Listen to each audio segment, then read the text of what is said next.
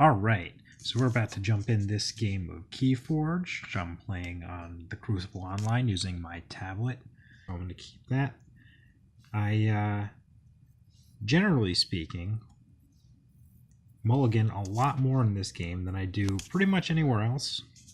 The cost of mulliganing is essentially free, so if you don't like your opening hand, just ship it back.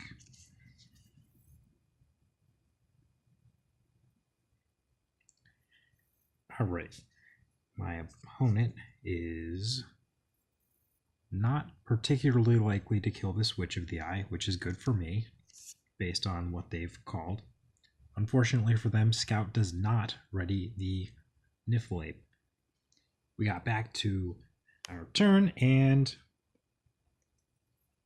this is going to be a big one. Play this creature on the left, it doesn't really matter.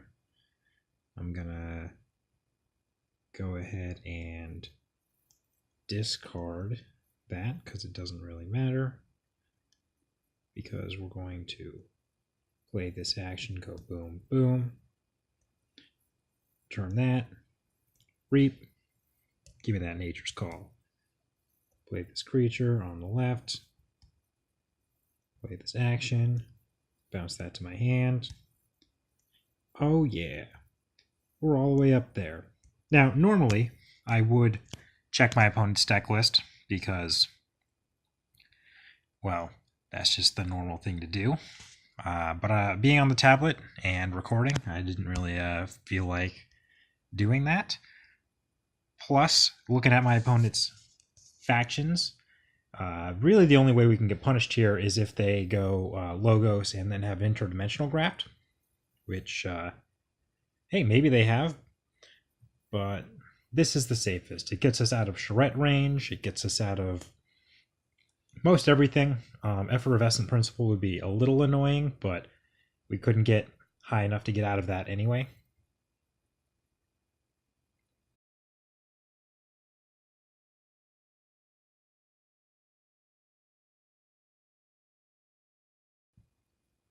They double twin bolt emission, so there goes the Witch of the Eye shenanigans. No more.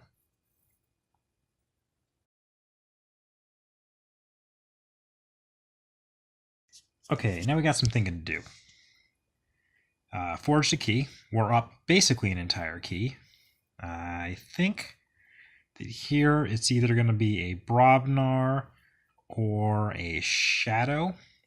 Both of them will get me to 5 amber. If you look at what I got left in my deck, you'll see that I do have a Coward's End, which would go really good with the Loot the Bodies. But I also have a lot more Urchins and such. I think that because I'm not in any danger, I'm just going to draw more cards, and I'm just going to play these just for the sake of getting amber, which is perfectly fine. What I like to say a lot of the times is, if it's got a nugget in the corner, it's never useless. And that is mostly true, except for the ones that give your opponent a massive benefit, like Key Hammer, which will always refund 6, regardless of whether or not it destroys a key. So next turn, my plan is to double Poison Wave, double Urchin. That'll get me up to 9 and get my opponent down to 2, or, hopefully under 6, unless they can make more than 8 amber, or make more than 4 amber this turn. Okay, Succubus, that will die to the Poison Waves, so that's looking good. Ember Imp will also die to the Poison Wave. Yeah, so this is an easy Shadows turn. Play this action. Play this action.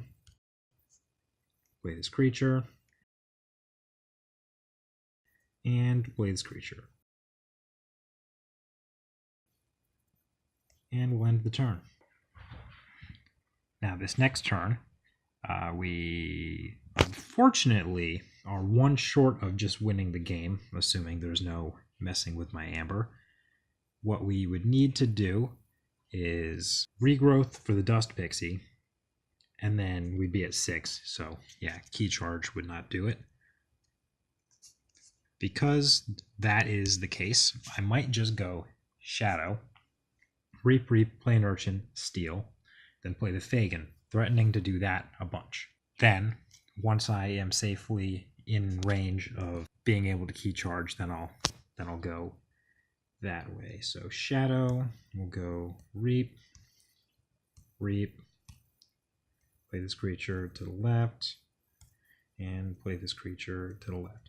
So here I'm threatening check, which is good.